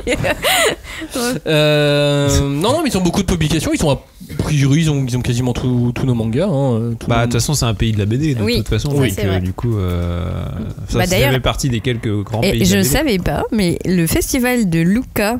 Enfin, Luc en français, est un des plus vieux festivals BD européens. Il est précurseur à Angoulême. Bien sûr, c'est même ce festival qui a donné à Claude Moliterni, le fondateur du festival d'Angoulême, l'idée de faire un festival de bande dessinée, et même plus encore, c'est-à-dire que comme il a vu, Lucca en fait c'est une ville en Toscane qui est entourée de remparts. Pour rentrer, on peut même prendre des petits tunnels ou des ponts. Enfin, c'est vraiment une très vieille ville médiévale. Il a cherché la même ville en France. Et il a cherché une ville qui pourrait ressembler le plus possible à Lucca. Ah ouais, le mec plagiat jusqu'au bout. Plagiat, c'est un Italien d'ailleurs. Et donc, il a trouvé le festival d'Angoulême. Putain, c'est ok. Ah ouais, il pouvait pas faire ça. Mais d'ailleurs, une autre date qu'en janvier, par contre, il aurait pas pu prendre. J'ai pas d'anecdote sur la date. Parce qu'en novembre, c'est mieux quand même. Mais c'est pas mieux. Non, c'est pas mieux en novembre. Je sais pas. J'étais en Charente cet été, en revanche, c'était très bien. Tu vois, l'été en Charente, voilà bien. Allez, racontons nos vacances. Ah oui, désolé, je t'écoute. Racontons notre voyage d'un an. Ouais, mais non, donc c'est. Oui, pendant les années 80. Blablabla, qu'est-ce que tu veux nous dire, Lucca. Julie, aide-nous. Lucca. Le festival a eu une période de déclin. Parce qu'il a été créé dans les années 1960. 65, je crois. Voilà. Et en fait, il a décliné quand est apparu le festival d'Angoulême. Donc, donc on les a vraiment explosés, quoi. Et là, par contre, c'est l'inverse qui se passe depuis les années 90. Parce que ce qui se passe, c'est que donc, le festival est dans toute la ville. Oui, Angoulême. Comme Angoulême, mais pas comme une convention standard qui se déroule en général dans un lieu fermé. Et là, ce qui est charmant, excusez-moi, mais charmant pour certains, c'est qu'on peut croiser des cosplayers pendant 5 jours en se baladant dans le ville de Lucca. Je crois même que Lucca, c'est une des plus grosses conventions au monde. Ah non, il y a entre 300 000 et 500 000. Je crois que c'est juste genre après le Comic-Con, c'est énorme. C'est une des plus grosses conventions. C'est devenu énorme. Il y avait Tony Valente qui était cette année. C'est plus que Japan Expo. Ah, c'est plus que Japan Expo, c'est plus gros que Japan Expo. Non, Japan Expo, j'ai regardé les chiffres, c'est 250 000. Oui, mais attention, Lucca Comics. Ah, il y a tout. Il y a tout. Alors que Japan Expo, c'est le premier d'Europe et Japan. Tous les univers fictifs, je dirais, fictionnels. Okay. De la bande dessinée. Ouais. Mais c'est marrant parce qu'en plus la ville de Lucca, elle était sous influence française pendant longtemps parce qu'en fait à un moment donné Napoléon, quand il a décidé de prendre le pouvoir un peu partout. Max Histoire, bonjour. Oui, avec plaisir. Il a vu Lucca, il a fait c'est joli, il l'a donné à sa femme. Il a dit tiens, c'est à toi, c'est ta ville. Ouais. Et comme sa femme, elle aimait beaucoup la bande dessinée. Non, c'est pas l'histoire. Ouais, mais non, mais je pense que maintenant aussi, c'est que ça regroupe aussi tout ce qui est séries télé, oui, c'est vraiment comics, jeux vidéo, c'est la pop culture. C'est pas que. Dernièrement, ils ont quand même amené des gros auteurs chez eux. Enfin, l'auteur de Boruto cette année. Il y avait l'auteur de Boruto. Attends, mais il y avait aussi l'auteur de. Il y avait Toyotaro là, de Dragon Ball Super qui était là. Il y avait Leiji Matsumoto, je crois. Il devait aussi y avoir Bleach, mais bon, il était malade. Mais bon, à la base, il devait y avoir Bleach là. Ah oui, non, mais c'est énorme. Tite Kubo, c'est ça que tu cherchais le nom. Non, je voulais juste l'auteur de Bleach. C'est celui dont t'as vu les planches qui t'ont tellement belles que tu l'as mis au large. Toi, son nom, c'est pas ça qui compte. Pour finir en Italie, en tout cas, il y a beaucoup de dessinateurs aussi qui sont très très talentueux. J'ai pas encore vu de manga italien qui avait émergé, mais je pense que ça peut arriver à tout moment. En fait, le problème, c'est qu'en Italie, il y a aussi Disney, qui est énorme, et les dessinateurs qui font les écoles de dessin en Italie, ils bossent pour Disney en général. Et en fait, beaucoup de Picsou, etc., qu'on voit en Europe dans le Mickey Magazine. Il y a des grands dessinateurs italiens. Ouais. C'est Disney d'ailleurs. Ah, j'ai vu Lord of Burger à un moment qui était un peu manga, tu vois. Bah oui, mais c'est. Ouais, je sais. Il y a aussi le festival du livre de Bologne. Ouais, mais alors c'est plus pro, c'est comme en Allemagne. Tu sais, c'est des festivals un peu plus pro. Même si. Ouais, mais c'est de la vente de licence là. Il y a de la vente de licence. Moins maintenant. Tu sais que au niveau manga, c'est moins important que Francfort aujourd'hui. Ah. Attention, allons en Allemagne. On peut aller en Allemagne si tu veux. C'était pas prévu maintenant, mais on peut aller en Allemagne directement. En Allemagne, pendant longtemps, c'est le shoujo qui dominait. Le shoujo et le boys love. Ce qui fait sent le lectorat féminin là. Ce qui fait qu'aujourd'hui, encore aujourd'hui, le lectorat principal en Allemagne est féminin. Ouais. Et ben moi je me souviens qu'il y avait beaucoup d'amateurs ou d'amatrices du coup de tout ce qui était visual kei pour la musique. J-pop, J-rock. Ouais, du J-rock. Avec du cheveux longs colorés. Bah oui, Tokyo Hotel. C'est vrai qu'il y a une influence assez forte. Il y a peut-être un lien. J'ai rencontré une auteure allemande. Tu sais le manga Robin, Goldfish, tout à fait. Dont on avait parlé dans une précédente émission. Goldfish qui est un bon petit manga en 3 tomes. Shonen d'aventure. C'est un shonen. Shonen. 3 tomes. Shonen d'aventure. Ok. Qui est fait par une auteure allemande. Tout à fait. Aucun commentaire. Où où graphiquement c'est top, hein. Super maîtrisé. C'est super bien. C'est bien gratté. Et donc bref, ça pour dire que je l'ai rencontré. Je lui ai demandé comment c'était le manga en Allemagne. Une de ses premières réponses c'est pas bien. Ça va pas. Attends, mais ça veut dire quoi? Je lui dis ça va pas mal ou pas le manga en Allemagne? Elle m'a dit ça va mal. Mais genre ça se vend pas ou En fait c'est pas que ça se vend pas. Même les choses sont en train de s'équilibrer d'ailleurs entre shoujo et shonen. C'est juste que le manga est très mal vu en fait par les adultes en fait. Tu sais comme par la société allemande c'est pour les enfants, tout se ressemble. Ah bon? La différence entre nous, mais la différence entre Slam Dunk et My Hero Academia, c'est du manga, c'est pareil. En même temps, je connais pas du tout. Voilà. Est-ce qu'il y a de la bande dessinée allemande? Il y a Astérix. La BD la fait plus des ventes vendue. de ouf. Genre oui, Astérix se vend plus en Allemagne qu'en France. Ça faut quand même. Ah oui. Non, mais c'est malade. Mais des auteurs. Mais ils sont combien en Allemagne? Il y a une scène de BD, il y a quelques auteurs allemands, mais c'est pas foufou quoi. Non, c'est pas fou. Et il y a cet auteur, Nanaya, qui mérite d'être un peu plus connu, qui mériterait de travailler directement avec la France en fait. Elle m'expliquait que elle arrivait entre son Patreon, son travail d'illustration.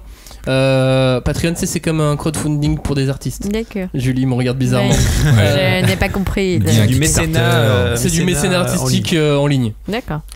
Donc entre son Patreon, son travail d'illustratrice, elle arrive à peu près à vivre, mais il faut qu'elle vienne en France quoi.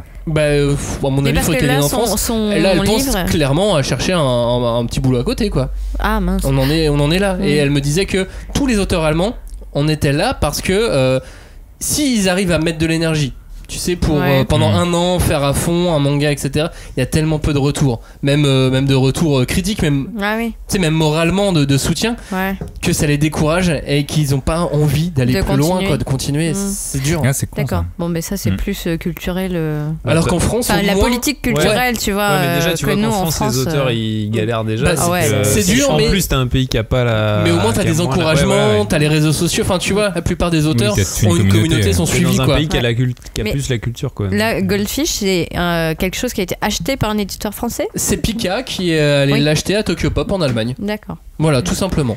Mais c'est pas la première fois, enfin si, c'est une des premières fois, mais par exemple l'édition, la Black Edition de Death Note, je sais pas si vous voyez à quoi elle ressemble, c'est des livres vraiment tout noirs, un peu plus grands. C'était une édition allemande de Death Note. Ah bon, c'était pas un truc à partir des trucs japonais? Non, c'était une édition qui a été créée par les Allemands. Ah ouais. Et oui. Parce que c'est rare ça, généralement les Français font pas ce que font font pas autre chose que ce que font les Japonais. Sauf si tu viens avec une très bonne idée. Quand tu regardes les Tezuka, c'est des créations françaises, tu vois, donc là c'est une création allemande. Je pense que y a de ça. Hein. Ah ouais. Qu'est-ce qu'on fait? On finit notre petit tour d'Europe avant de finir cette émission. En Angleterre, qu'est-ce qui se passe? C'est le Brexit, c'est pas l'Europe. C'est le Brexit, c'est pas l'Europe. En Angleterre, alors il y a des grosses librairies à Londres. Si jamais vous avez l'occasion d'aller à Londres, allez à Forbidden Planet, magnifique librairie. Il y a des goodies, il y a tout ce qu'il faut. Il y a pas de jaquette sur les mangas là-bas. Mais il y a des jelly beans. Mais non, il n'y a pas de jelly beans sur les mangas là-bas. Il n'y a juste pas de jaquette, c'est différent. Mais ça c'est bizarre. Enfin, nous, on a la culture de la jaquette aussi, mais. C'est ça, nous on est habitués, mais là-bas non. Ouais, mais nos premiers. Ouais, mais du coup, il n'y avait pas de jaquette. Ouais, mais nous, mais ça fait cheap. Bah, moi j'aime bien. Mais sachant qu'au Japon, la jaquette c'est un truc pour cacher ce que tu lis dans le métro. En général, c'est quelque chose de neutre. Enfin, je sais pas. C'est vrai. Et c'est un format légèrement plus grand. Ah, ça c'est bien. Genre de pas beaucoup, mais un petit peu. Vous voyez pas avec mon doigt ce que je fais, mais c'est un petit peu. Un chouille plus. Un chouille, voilà, un chouille, c'est bien comme mot chouille. Qu'est-ce que je voulais dire d'autre sur l'Angleterre? Il y a une scène comics. Oui, il y a une scène comics, mais surtout, ils vont faire des valises d'intégrales. Nous, on n'a pas ça en France. Si, pour le DVD. intégrales. Pour le DVD, on a ça. Pour le manga, on n'a pas ça. Ils vont faire Naruto, je crois que c'était 2 valises pour l'intégrale. C'est une super idée. Moi, j'aime bien. Oui, pourquoi on fait pas ça? Parce que c'est compliqué de les vendre dans les Fnac et dans les supermarchés, je sais pas. Bah, si on fait pour les DVD. Bon, bref. Mais Kana avait pas fait une sorte d'intégrale Naruto? Je crois que c'était un canular pour un premier avril. Ils avaient fait ça pour leur post Facebook, si vous voulez Naruto, puis ils avaient fait une grosse colonne. Oui, en un tome. Oui, un Naruto tome. en un seul tome. Ouais, moi je trouve que c'est une bonne idée. Mais non, mais ils font des valises. Après, il faudrait mettre des goodies. C'est comme tu sais ce que fait Meian sur Kingdom. C'est pas très loin de ce que font les Anglais. Enfin, c'est à mi-chemin, quoi. Voilà. Il y a des séries qui rentrent dans une valise et d'autres non. Oui, aussi. Mais tu vois là. Ouais, mais du coup, tu positionnes quoi. Tu choisis tes séries. Ah oui, carrément. Là, Meian, ils le font par exemple avec l'intégrale de. Enfin, Meian et Kazé, Anime Store et Kazé. Ils font ça sur Black Lagoon par exemple. Ah, bien. T'as une énorme box à 100 à Noël, on t'offre ta valise de Dragon Ball. Enfin, tu sais. Ah, c'est stylé. Non, mais je suis d'accord, c'est cool. Mais après, il faut rajouter du goodies et tout dedans. Ça y est, il y a Robin, il a des envies de liste au Père Noël. J'avais une valise. Allez, finissons notre petit tour d'Europe. En Espagne, c'est comme en Italie et comme en France. Bonne culture. Pas mal de dessinateurs. Pas mal de dessinateurs. Une fois, j'avais vu sur un concours de Shueisha, j'ai jamais réussi à retrouver le nom de cet auteur, mais un premier chapitre magnifique fait par un auteur espagnol. Et j'ai perdu le nom, j'ai perdu toute trace. Impossible de trouver. Si vous arrivez à retrouver la trace de cette. Il a rien fait. Genre, il a mis 10 ans pour faire ce chapitre. L'histoire 10 ans le chapitre et voilà. C'était, je sais plus. Merde. C'était juste graphiquement très différent et très beau. C'est vrai que c'est un peu le même profil que l'Italie et c'est des auteurs très bons qui bossent beaucoup pour Disney aussi. Donc, du coup, voilà, il y avait. Non, puis ils font à peu près comme en France. Moi, je me souviens que pour Bakuman, j'avais acheté les premiers tomes en espagnol pour avoir un petit pack, un petit coffret Bakuman pour pouvoir mettre mes mangas en français dedans. Mais Glénat avait une antenne en Espagne à l'époque. Qui a fermé? Qui a fermé depuis. Qui a fait faillite. Mais il y avait les mangas espagnols. Mais c'était marrant parce que Glénat Manga en Espagne, ils avaient Naruto. Du coup, c'était bizarre de voir ça. Du coup, c'était ça qui était rigolo. Parce que des licences différentes. Moi, après, elle a fait faillite, ça a fermé en 2014. Oui, parce que c'était une société, je pense, qui était déconnectée de. Enfin, qui avait dans les statuts, qui n'était pas vraiment. Ouais, et puis les présidents l'ont racheté en 2011. Mais après, ils ont perdu le catalogue Shueisha, et comme c'était 90% de leur chiffre d'affaires. Oui, d'accord. Mais c'était fini, quoi. C'est fini. Donc, on peut perdre le catalogue Shueisha. On peut perdre Naruto. Rien n'est jamais. Non, mais c'est il suffit qu'il y ait une crise économique dans ton pays et puis du coup. Après, je sais qu'en licence, il y a un des concurrents de Viz Media, on va dire, qui est espagnol et qui achète les licences en gros pour les revendre dans toute l'Europe, une à une. Irai Media, je crois le nom, jeu de tête comme ça. Ils avaient Inazuma Eleven par exemple. Est-ce que c'est en Espagne où ils achètent par exemple le One Piece ou les séries très très longues, ils les achètent par arc, tu vois? Et du coup, des fois, c'est pas les mêmes éditeurs d'un arc à l'autre. Ah bon? Écoute, je crois que j'avais entendu parler. Moi, je suis allé. Mais je sais pas si c'est l'Espagne ou si c'est un autre pays. Moi, j'ai fait le Salon del Manga à Barcelone. Salon del Manga. C'est très sympa. Très bonne soirée d'ailleurs.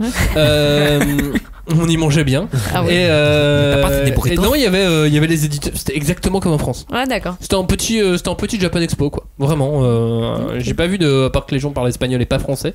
Et encore, beaucoup de gens parlent français à Barcelone, donc ça aide. Mais non, j'ai pas vu de grande différence. Moi, j'ai remarqué aussi, j'ai repéré 2 choses. Il y a une auteure suédoise qui a réussi à s'imposer au Japon. Ah ouais? Une mangaka suédoise, c'est-à-dire qu'à être éditée au Japon. Et elle est éditée directement. En fait, après c'est assez classique. Non, c'est du Yonkoma d'une suédoise qui arrive au Japon. Ah oui, évidemment. C'est genre Jean-Paul Nishi à Paris, quoi. Enfin, à nous. Oui, c'est ça. En quelque sorte, mais sauf que voilà, c'est une suédoise à Tokyo qui a priori pas trop mal marché là-bas, en tout cas elle a envie. Là elle essaye, si j'ai bien compris les dernières infos, elle essaye de faire son propre manga en ce moment. Et puis on m'a parlé d'un illustrateur polonais aussi qui faisait des choses magnifiques. C'est-à-dire à Tokyo, beaucoup de décors, des maisons japonaises traditionnelles. Un polonais dans les décors, mais c'est quoi ce cliché? Merci. Beaucoup de maisons traditionnelles japonaises, beaucoup de choses très très belles, mais vraiment Tokyo, tu vois, du décor. D'accord. Mais voilà, c'était magnifique. Il est connu au Japon, lui, c'est ça? Il est connu, il travaille, en tout cas, il travaille à fond au Japon. En même temps, on avait déjà parlé avec Radiant ou quand on parle des animés, il y a beaucoup maintenant d'animateurs qui viennent. Il y a des animateurs qui sont européens, ou évidemment. bien d'Asie. Il y en a beaucoup qui viennent des Philippines. Moi, c'est je vais lui rendre ça. James des images, qui a une société qui s'appelle Les Images Dérisoires, qui fait de la belle affiche. N'hésitez pas à aller voir sur son site, qui fait de la belle affiche signée.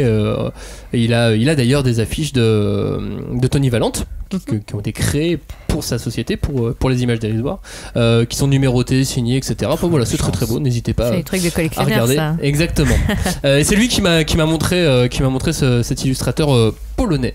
Sachant qu'en Pologne, ils achètent aussi pas mal de choses, de ce qu'on fait en France titres. Et de manga. Le marché est petit, mais ils achètent en tout cas. Ouais. Donc ça veut dire que le marché existe. Mais tout à fait. Mais ils ont beaucoup d'auteurs, en tout cas en Europe de l'Est, qui bossent pour le comics. Donc pourquoi pas pour le manga? Non mais de toute façon, ils savent dessiner là-bas. Pourquoi ils sauraient pas? Ce qu'on disait sur l'Afrique, on peut le dire aussi sur l'Europe de l'Est. Mathématiquement, il est absolument impossible qu'il n'y ait pas un minimum de 5 mecs ultra talentueux capables de faire du manga. Après le truc c'est comme partout, t'as la culture qui aide forcément à forger certains talents. Mais t'as des génies. Et après t'as des génies.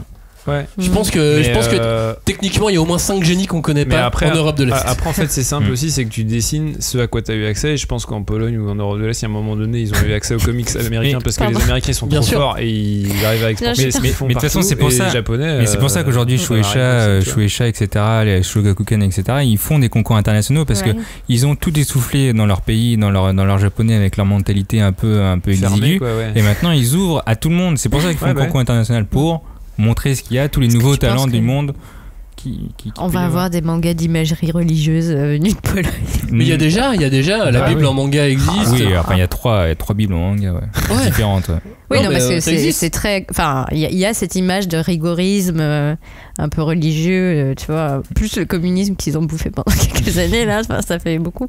Donc c'est prometteur pour les prochaines années. Carrément. Ouais. Nous verrons. Johnny, qu'est-ce que tu retiens de ton périple si on doit parler de manga? Si on doit parler de manga, c'est le moment de conclure. Non, mais c'est une dure question. Elle est difficile. Eh ben, moi, je vais conclure par ça. C'est que en lisant tout Attack Titan d'un coup, j'ai vraiment lu peut-être 110 chapitres jusqu'à la fin. Je me suis dit, mais comment il peut continuer parce qu'il a tout révélé. Il n'y a plus aucun suspense. Du coup, je me suis dit pendant mon voyage, mais qu'est-ce que je vais faire en revenant? L'Attaque des Titans, c'est fini. Heureusement, il y a la 3ème saison là, qui sort bientôt sur Netflix, qui a été coupée en 2, du coup on est encore obligé d'attendre la suite. Et puis t'as tout Fire Punch à lire. Mais ouais, Fire Punch, ouais. Mais après, je sais pas. T'as tout Promise Neverland à lire. Alors ça, c'est important, ça faut que je lise, même si j'ai commencé le début. Mais non, mais le voyage, en fait, tu te rends compte beaucoup que le Japon est vraiment omniprésent, que ça soit grâce à Pokémon Go, la licence, mais que ça soit aussi pour tout le reste. Au final, les mangas. Tu dis manga à quelqu'un, il sait ce que c'est un manga, même s'il n'en a pas lu, même en termes de rayonnement culturel, il sait ce que c'est. Et le Japon, c'est assez hallucinant le rayonnement qu'ils ont. D'ailleurs, c'est pour ça qu'ils ont créé un bureau Cool Japan au Japon, et c'est vraiment pour tenter de promouvoir ce rayonnement. Mais Cool Japan, ça a bientôt 10 ans. Hein. Déjà. Et je crois qu'en ce moment, ils ont fait des comptes et c'est pas génial. Alors, donc on va voir si ça va continuer. Alors qu'ils peuvent faire des trucs incroyables, mais en tout cas, c'est sûr que moi, j'allumais au fond de la campagne de la cambrousse thaïlandaise sur la plage mon Pokémon Go. Bah il y avait des Pokéstop et des arènes. Enfin tu te dis putain, les gens ils ont pas de l'eau potable, mais par contre ils ont des arènes Pokémon Go. Tu fais ça déconner. Ouais, là c'est un peu. On est où? Ouais, bizarre. Mais c'est assez cette ambivalence. Mais c'est assez. Mais du coup est-ce que les gens avaient des smartphones dans tous les pays? Ouais, ça si. Alors ça, écran plasma et smartphone, ouais, c'est obligé. Ils ont pas l'eau potable, mais ils ont tout ça. Ça c'est sûr. Ça c'est dingue aussi. Ouais. Je dis putain. Merci à tous d'avoir participé à cette émission. Merci Johnny d'avoir partagé avec nous. C'est pour vous que j'ai fait le tour du monde. Ouais, on sait. Merci. Moi, hein. De votre côté, n'hésitez pas, toutes vos expériences de voyage, tout ce que vous avez pu voir à droite, à gauche, n'hésitez pas à compléter tout ce qu'on a dit. On relaiera avec plaisir sur les réseaux sociaux. #5DC, le groupe de médias, le groupe de manga autour. Le groupe de débat autour du manga. Merci Robin. Il y en a qui suit. Le groupe de débat autour du manga. Voilà, merci, j'ai réussi. On est un média. Mais nous sommes un média, évidemment. N'hésitez pas à partager ça sur tous les réseaux sociaux. Tout à fait. Et on vous revoit avec attention. À bientôt. À bientôt. Ciao. Salut. À très vite. Ciao.